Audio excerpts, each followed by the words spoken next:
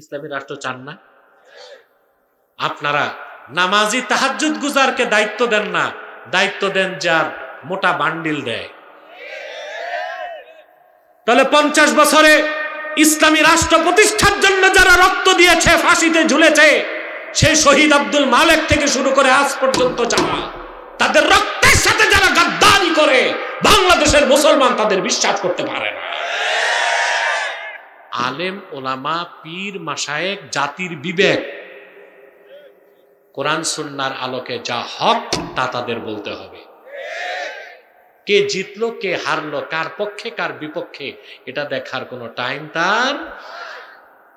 যেদিন এইরকম মানহাজ, এইরকম বিশ্বাসের, এইরকম সৎ সাহসী আলেমের সংখ্যা বাড়বে, বাংলাদেশ সেদিন বদলে যাবে ইনশাআল্লাহ। তখন দেখা যায় এই সুদখোর ঘুষখোর ইমাম সাহেবকে ধমকায়, এমনে চলেন এমনে চলেন, এইটা কইবেন এটা কইবেন না, কথা বলেন। আমরা যদি প্রত্যেক রাজনৈতিক দলের মুসলমান আপন আপন রাজনৈতিক দলের ইমানদার আর নামাজিদেরকে সংসদ সদস্য বানাতে পারতাম, তাহলে বাংলাদেশ একটি ইসলামী সমাজ হয়ে যেত। পরবর্তী প্রজন্ম বাংলাদেশকে ইসলামী রাষ্ট্র বানায় দিতে পারত। আমরা কি এটা পারি না? সৎ সাহস থাকলে উত্তর দিবেন, বলেন তো। চোর, ডাকাত, খুনি, জেনাকার বড় অপরাধী না বেনামাজি? জোরে বলতে হবে। বুঝে বলছেন না না বুঝে? হ্যাঁ, আবার বলছি, চোর, ডাকাত, খুনি, জেনাকার বড় অপরাধী না বেনামাজি? এখন আপনারা কি করছেন বলেন তো ভাই? মসজিদ কমিটিতে, পঞ্চায়েত কমিটিতে, বিচারে আচারে, ইউনিয়ন পরিষদে, জেলা পরিষদে, পার্লামেন্ট নির্বাচনে চোর, ডাকাত, খুনি আর জেনাকার যারা, তাদেরকে তো পাঠান না, কিন্তু সবই তো বেনামাজি। সব বেনামাজি না, অধিকাংশই কি বেনামাজি। আপনাদের পুরা বাংলাদেশে কয়টা মসজিদ কমিটির সভাপতি নামাজ পড়ে? কয়টা মসজিদ কমিটির সেক্রেটারি নামাজ পড়ে? আপনারা নামাজি তাহাজ্জুদ গুজারকে দায়িত্ব দেন না, দায়িত্ব দেন যার মোটা বান্ডিল দেয়। তখন দেখা যায় এই সুদখোর ঘুষখোর ইমাম সাহেবকে ধমকায়, এমনে চলেন এমনে চলেন, এইটা কইবেন এটা কইবেন না, কথা বলেন। এমনও ঘটনা শোনা যায়, সভাপতি বিয়ে খাইতে যাবে, ইমাম সাহেবকে এসে কানে কানে বলে, আজকে নামাজটা জলদি পড়ান।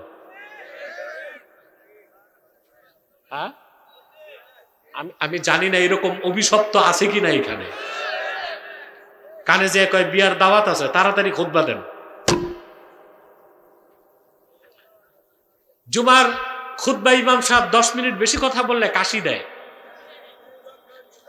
ভাব সাহেব এইরকম যে নামাজ পড়ি প্লেন দাঁড়ায় আছে, সিঁড়িতে উঠবে, দেখা যায় যে না, ও বিয়ে বাড়িতে যায় খালি থালাবাটি নিয়ে বসে আছে। এই হলো তার ব্যস্ততা, এই হলো তার। আমরা প্রত্যেকটা মানুষের স্বপ্ন বাংলাদেশ একটা ইসলামী রাষ্ট্র হোক, কিন্তু এই স্বপ্নের কথা যারা বলতো, আজকে তারাই সত্য থেকে, আদর্শকে বর্জন করে সেকুলারদের মতো প্রচলিত রাজনীতির মিছিলে সামিল হয়ে গেছে। বুঝে কিনা? কথা বলেন, বুঝছে? আদর্শ থেকে বিচ্যুত, শুধু ক্ষমতায় যেতে, কিছু চাইতে, ক্ষমতায় যাইতে। তাহলে 50 বছরে ইসলামী রাষ্ট্র প্রতিষ্ঠার জন্য যারা রক্ত দিয়েছে, ফাঁসিতে ঝুলেছে, সেই শহীদ আব্দুল মালেক থেকে শুরু করে আজ পর্যন্ত যারা তাদের রক্তের সাথে যারা গাদ্দারি করে, বাংলাদেশের মুসলমান তাদের বিশ্বাস করতে পারে না।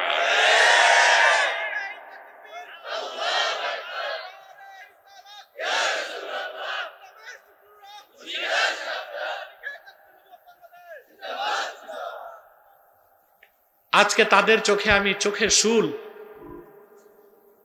কথা বলেন, কারণ আমি সত্য কথা গোপন রাখতে পারি না। যা হক যা সত্য তা বলবই। 16 বছর ওদেরকে ছাড়ি নাই,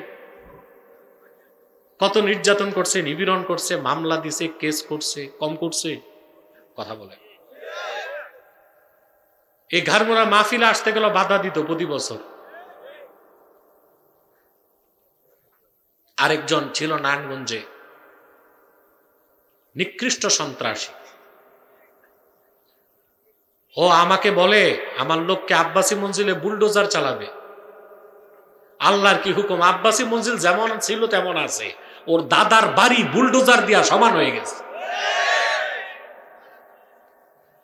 কাকে নিয়ে কি বলবে, কোথায় কি বলতে হয় এই জ্ঞান নাই, কারণ বেশি লম্বা মানুষ বেকুফ হয়। বেশি লম্বা মানুষ কি হয়? বেশি লম্বা বুঝেন?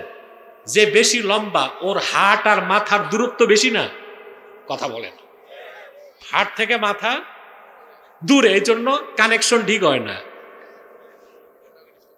হ্যাঁ, নেটওয়ার্কে ডিস্টার্ব করে, ব্রেন কাজ করে না, এই জন্য ভাবছে সব ফাঁকা দিয়া চলে যাবে। আমিও বলছিলাম ওরে আসতে বলো আমার কাছে। পুলিশ সুপার যেটা ছিল হারুন, ভাতের হোটেলের হারুন, মামলা দিয়ে আমার পিছে ঘুরে মিথ্যা মামলা দিয়ে অ্যারেস্ট করবে। ওদের সরকার থাকতেই নারায়ণগঞ্জ থেকে কান্না করে দুই চোখে বুক ভাসায়া নারায়ণগঞ্জ ছাড়ছে। ছাড়ে নাই? এখন তো দেশ ছাড়ছে। আমি জানি না ওর ভাতের হোটেল আছে কিনা। তো বলছিলাম এখন যাদের সাথে, যারা আমার বিরোধিতা করে, এদের সাথে আমার রাজনৈতিক দ্বন্দ্ব নাই, আদর্শের দ্বন্দ্ব, আকীদাগত দ্বন্দ্ব। কথা বুঝেন না? আল্লাহ করিম, রাগ করবেন না। আপনাদের দেশে খুব কম সংখ্যক আলেম আছে, কথিত ভাইরাল মৌলবী, যারা হক কথা সবসময় বলে। আগে সুদের বিরুদ্ধে মৌলবী সাহেবরা ওয়াজ করতো, এখন 1.5 বছর হয় সুদের বিরুদ্ধে ওয়াজ নাই। সুদের বিরুদ্ধে আর ওয়াজ নাই, কারণ ওনাদের বড় পীর সাহেব সুদের কারিগর। তাহলে আপনি বলেন, আপনি আলেম ওলামা পীর মাশায়েখ জাতির বিবেক, কোরআন সুন্নাহর আলোকে যা হক তা তাদের বলতে হবে। কে জিতলো কে হারলো, কার পক্ষে কার বিপক্ষে, এটা দেখার কোনো টাইম তার। যেদিন এইরকম মানহাজ, এইরকম বিশ্বাসের, এইরকম সৎ সাহসী আলেমের সংখ্যা বাড়বে, বাংলাদেশ সেদিন বদলে যাবে ইনশাআল্লাহ। বলছিলাম ইসলামী রাষ্ট্র চান না? গণতন্ত্র দিয়া তা হবে না, খেলাফতের ভিত্তিতেই হবে ইনশাআল্লাহ। আমরা ইসলামী সমাজ তো বানাইতে পারি, রাষ্ট্র আমাদের হাতে না, সমাজ তো আমাদের হাতে। কথা বলেন, বলেন তো রাষ্ট্র বড় না সমাজ বড়? জোরে। এটা রাষ্ট্রবিজ্ঞানের কথা। Society is great than state. রাষ্ট্র থেকে সমাজ বড়, রাষ্ট্র থেকে। আমরা যদি প্রত্যেক রাজনৈতিক দলের মুসলমান আপন আপন রাজনৈতিক দলের ইমানদার আর নামাজিদেরকে সংসদ সদস্য বানাতে পারতাম, তাহলে বাংলাদেশ একটি ইসলামী সমাজ হয়ে যেত। পরবর্তী প্রজন্ম বাংলাদেশকে ইসলামী রাষ্ট্র বানায় দিতে পারত। আমরা কি এটা পারি না? প্রত্যেক রাজনৈতিক দলেই তো কিছু ভালো মানুষ আছে কিনা? কাফের মোশরিক না ইমানদার, বেনামাজি না নামাজি, দুর্নীতিবাজ না হালাল করে, এমন কিছু লোক কি নাই? প্রত্যেক দলে নাই? তো দল যদি তার সেই লোকটাকে এগিয়ে দেয়, সমাজ বদলাবে কিনা? রাষ্ট্র সংস্কার বলবেন কি দিয়া? সংস্কার তো এইখানে দরকার। কোথায়? দিল, এটা সংস্কার করেন, এটা ঠিক করেন, সব ঠিক হয়ে যাবে ইনশাআল্লাহ। প্রিয় ভাইরা, এত কথা কেন বললাম? ঈমান আনলে মুমিন, বাহ্যিক আনুগত্য প্রদর্শন করলে মুসলিম। সবচেয়ে বড় বাহ্যিক আনুগত্য কি? পড়বেন নামাজ। আপনাদের দেশে নামাজি বেশি না বেনামাজি বেশি? বেনামাজি অনেক বেশি। জুমার দিন দেখা যায় মসজিদ বারান্দা, রোড ঘাট জায়গা নাই। আসর নামাজের সময় 3 কাতার, বাকি লোক গেল কই? ওরা কি ঘর জামাইছিল? তো গেছে কই? পরের দিন ফজরে 3 জন, ইমাম, মুয়াজ্জিন, খাদেম। এর থেকেই বোঝা যায় বাংলাদেশে নামাজির সংখ্যা কম, বেনামাজের সংখ্যা বেশি। তাহলে ঈমান আনলে মুমিন, বাহ্যিক আনুগত্য প্রদর্শন করলে মুসলিম, আর এই অন্তরে যখন তাকওয়া আল্লাহর ভয় ঢুকবে তখন লোকটা সুপার ক্লাস মুসলিম, মুত্তাকি হয়ে যাবে। মুআজ্জাম তাবারানীতে হাদিস এসছে, রাসূলুল্লাহ সাল্লাল্লাহু আলাইহি ওয়াসাল্লাম ইরশাদ করেছেন, মা রাফা'a কওমুন আকুফাহুম ইলাল্লাহি তাআলা ইয়াসালুনাহু শাইআন ইল্লা কানা হাক্কান আলাল্লাহি আইয়াদা ফি আইদিহিম আল্লাযী সাআলুহু। সুবহানাল্লাহ। আল্লাহর হাবিব ইরশাদ করেছেন, আমার উম্মতের কোন একটি দল, কোন মাজমা দলবদ্ধভাবে যদি আল্লাহর কাছে হাত তুলে কিছু চায়, আল্লাহর উপর হক হয়ে যায়, তারা যা চায় আল্লাহ তাদের হাতে তাই দিয়ে দেয়।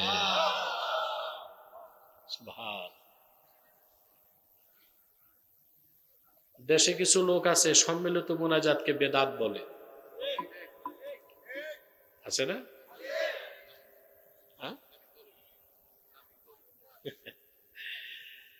এরা ফতুয়াবাজি করে যে সম্মিলিত মুনাজাত জায়েজ নাই, অথচ তার সহি হাদিস দিয়েই প্রমাণিত, হোক নামাজের পর, হোক মাহফিলের পর। সুবহানাল্লাহ। তা আমরা যখন সম্মিলিত হাত তুলব, আমাদের তওবাও কবুল হবে, গুনাহ মাফ হবে। আমরা খুশি না বেজার? শয়তান এখন একটা চেষ্টা করবে, মুনাজাতের আগে উঠানো যায় কিনা। শয়তানকে সুযোগ দিব? আমরা নিয়ত করছি কিছুক্ষণ পরে আজকের মুনাজাত করে গুনাহ মাফ করে নিষ্পাপ বেহেশতি আল্লাহওয়ালা হয়ে বাড়ি যেতে চাই। কারা কারা হাত তুলে আল্লাহকে দেখা?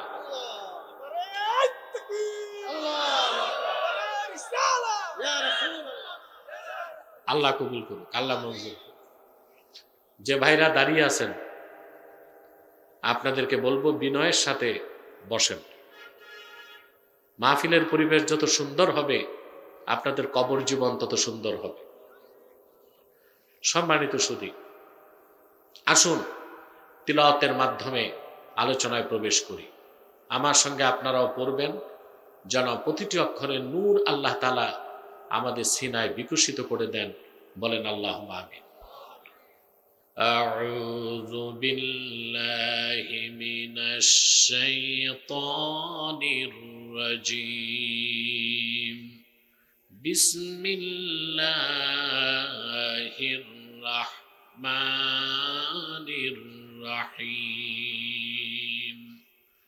ওয়া উজলিফাতিল জান্নাতু লিল মুত্তাকিনা গায়রা বাঈদ। হাযা মা তুআদুনা লিকুল্লি আওয়াবিন হাফিজ। মান খাশিয়ার রাহমানা বিল গায়বি وجاء بقلب منيب صدق الله العظيم وصدق رسوله النبي الكريم। মনোযোগ এই দিক, সূরা কফ 26 পারা, 31, 32, 33 তিনটা আয়াত থেকে আমরা কথা শুনতেছি, ঠিক না? আল্লাহ পাক বলেন, ওয়া উজলিফাতিল জান্নাতু লিল মুত্তাকিনা গায়রা বাঈদ। আই কুররিবাতিল জান্নাতু লিল মুত্তাকিনা ইয়াওমাল কিয়ামাতি গায়রা বাঈদ। কাল কিয়ামতের দিন মুত্তাকিদের জন্য আল্লাহর জান্নাত নিকটবর্তী করা হবে। গায়রা বাঈদ, মুত্তাকি আর জান্নাতের মাঝখানে জিরো ডিস্টেন্স, কোনো দূরত্ব থাকবে না। হিসাব দিবে, জান্নাতে ঢুকবে।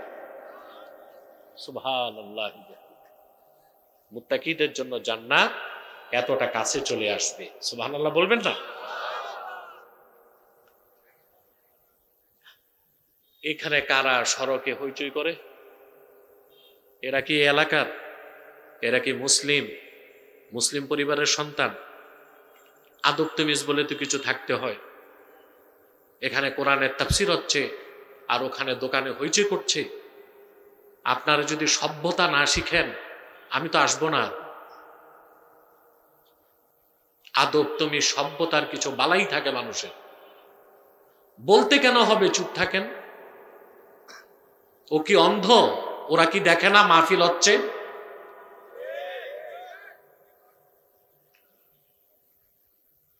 আপনার তো এটাই শিখছেন, পাগল বলে বাঁচায় দেন। পাগলও তো জাত আছে, জিএমটিটি, জাতে মাতাল তালে ঠিক। এইরকম পাগল হইলে এটা তো আসলে পাগল না। যান কিছু স্বেচ্ছাসেবক যে ওদেরকে সরান ওখান থেকে।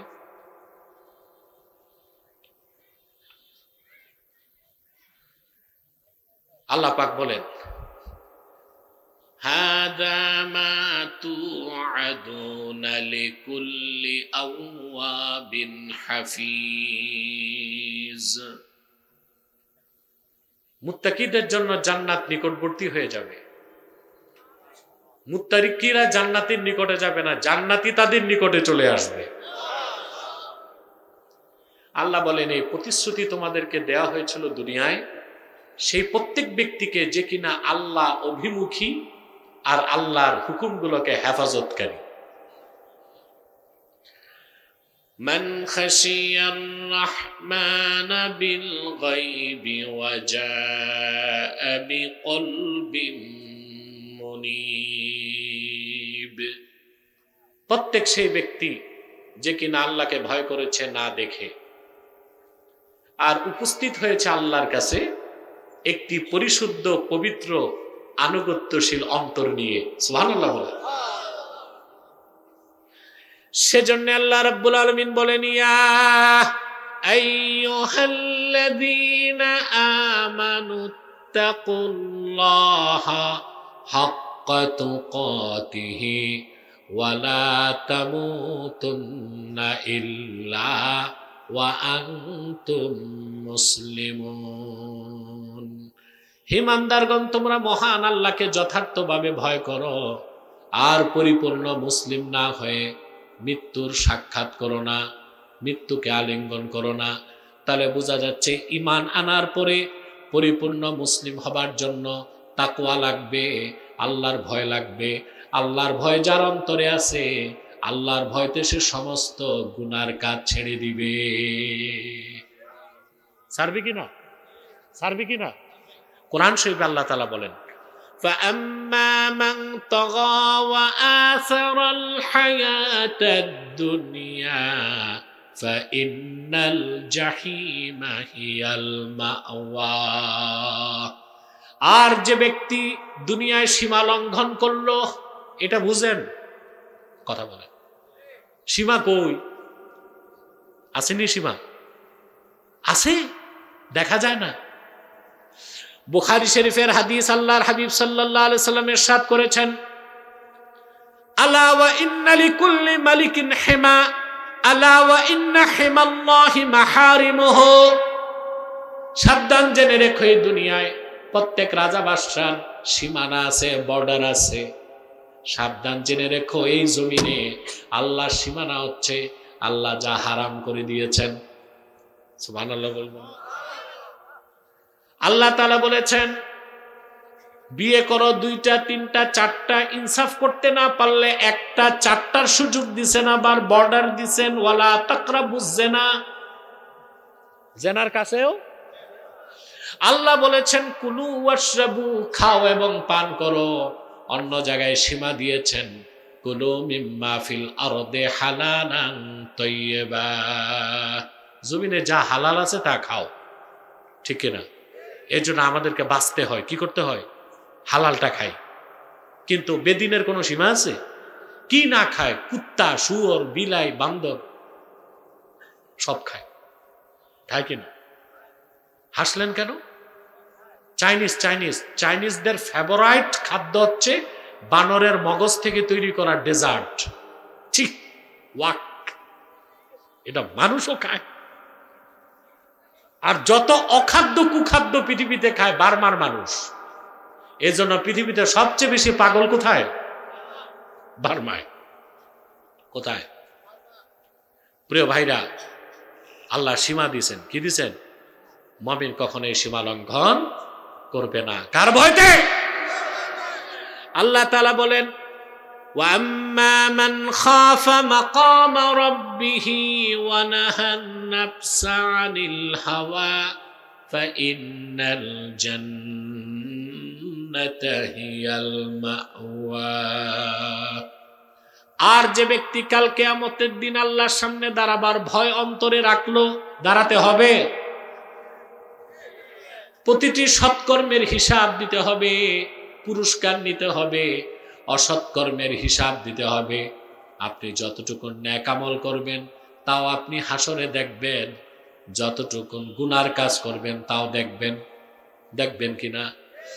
কোরআনে কারিমে আল্লাহ তাআলা বলেন, ইয়াউমা তাজিদু কুল্লু নাফসিম মা আমিলাত মিন খাইরিন মুহদারা ওয়া মা আমিলাত মিন সু তাওয়াদ্দু লাউ আন্না বাইনাহা ওয়া বাইনাহু আমাদাম বাঈদা।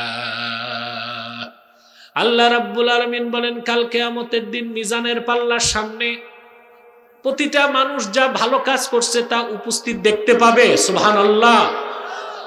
আজকের মাহফিলে বসছেন তাও কি দেখবেন? কথা বলে না। আর মানুষ যা গুনাহের কাজ করেছে, যে জেনা করেছে যার সাথে তা দেখবে, যে যার ঘরে চুরি করেছে চোরও দেখবে, যারটা চুরি করছে সেও দেখবে। দুনিয়ায় তো চোর আস্তে করে মোবাইল নিয়ে যায়, কেউ দেখে না, সিসি ক্যামেরাও দেখে না, কিন্তু হাসরে দেখবেন। আপনি অবাক হয়ে যাবেন যে দাড়িওয়ালা টুপিওয়ালা দরবেশ একজন আপনার পকেটে হাত দিছে। ঠিক কিনা? আছে এরকম দরবেশ দেশে? এটা দরবেশ না, ধরবেশ। এটা কি? দরবেশ হওয়া কঠিন, আর ধরবেশ, বেশ ধরা কি সহজ। ঠিক কিনা? কথা বলে না। আগে আগে আগে এক দরবেশ ছিল না? এখন জেলে আছে। কোথায় আছে? তো তো এই ধরবেশ এটা খুব সহজ। কিয়ামতের দিন সব দেখবেন, ভালো কাজ করছেন তা উপস্থিত, খারাপ কাজ করছেন। মানুষ তখন আফসোস করে বলবে, হায় আফসোস, আমার অন্যায়গুলো কেন দেখানো হচ্ছে? যদি আমার এই গুনার কাজগুলোর দৃশ্য আর আমার মধ্যে বিরাট একটা দূরত্ব হয়ে যেত, আমি তো আর লজ্জা পেতাম না। সেদিন করার কিছুই থাকবে না। আল্লাহ পাক বলেন, ওয়ালাকাদ কুনতা ফি গাফলাতিন মিন হাদা ফাকাশাফনা আনকা গিতাআকা ফাবাসারুকাল ইয়াওমা হাদীদ। বলা হবে, ওয়ালাকাদ কুনতা ফি গাফলাতিন মিন হাযা। বান্দা, তুমি কিয়ামতের দিনটা সম্পর্কে অমনোযোগী ছিলা। দুনিয়াতে যা খুশি তাই করছো, কিয়ামতকে বিশ্বাস করো নাই, হিসাব নিকাশ হবে বুঝো নাই। আজ আমি তোমার চোখের পর্দা সরাই দিলাম। মানুষ তাকিয়ে থাকবে, চোখের পাতাটাও নড়বে না, চোখ দুইটা লোহার মতো শক্ত হয়ে যাবে। সেদিন বিশ্বাস করেন, এই ভয়টা যার অন্তরে আছে, আল্লাহর সামনে দাঁড়াতে হবে, এই ভয়টা যার অন্তরে থাকবে, আর তার মন যা চায় তার থেকে সে নিজকে নিবৃত রাখবে, সেই তো মুত্তাকি। আল্লাহ পাক বলেন, ফাইন্নাল জান্নাতা হিয়াল মাওয়া। হিসাব নিকাশের পরে আল্লাহর জান্নাত হবে তার আবাসস্থল। সে জান্নাত চান? তাহলে তাকওয়া ভিত্তিক জীবন যাপন করতে হবে। যতটুক পারেন গুনার কাজ বাদ দিবেন। পারবেন তো? নেক যতটুক পারেন সওয়াবের কাজ করবেন, আর যথাসম্ভব চেষ্টা করবেন আপনার দ্বারা যেন গুনার কাজগুলো না হয়। আল্লাহর ভয়তে গুনাহ ছেড়ে দিতে হবে। আর যদি করেও ফেলেন তা আল্লাহর কাছে মস্তক নত করে রাতের বেলায় ক্ষমা চেয়ে নেবেন। পারবেন না ইনশাল্লাহ? তাহলে আমরা জান্নাতও পাবো, জান্নাতের উঁচু মাকামও পাবো। বলেন আল্লাহুম্মা আমিন। আজকে আমি আপনাদেরকে যে কথাগুলো বললাম, আল্লাহর জান্নাত যদি কাছে পেতে চান, জান্নাতের অসম্ভব নিয়ামত চান, আপনাদেরকে ঈমান পরিপূর্ণ করতে হবে, পরিপূর্ণ মুসলিম হতে হবে, আর প্রতিটা কাজ করতে হবে আল্লাহর ভয় অন্তরে রেখে। পারবো তো ইনশাল্লাহ? আজ আমাদের দেশে মানুষের কোনো পরিবর্তন নাই, আছে? দুর্নীতি বাড়ছে না কমছে? কথা বলেন, বাড়ছে না দুর্নীতি? কত বাড়ছে চিন্তা করে দেখেন।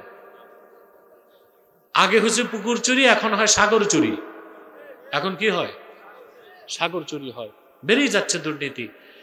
অভ্যুত্থান করে একটি দলকে বিতাড়িত করা যায়, কিন্তু সিস্টেম না বদলালে দেশের কোনো পরিবর্তন